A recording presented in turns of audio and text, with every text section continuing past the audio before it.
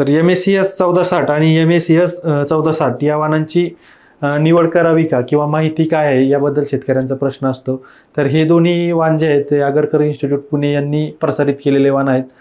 यामधील जो वाहन आहे MACS 1460 हा महाराष्ट्रासाठी शिफारसीत आहे, परंतु MACS 1460 जो वाहन आहे तर तो महाराष्ट्रासाठी शिफारसीत नसून तो जो उत्तरेकडील राज्य आहे त्यांच्यासाठी शिफारसीत आहे.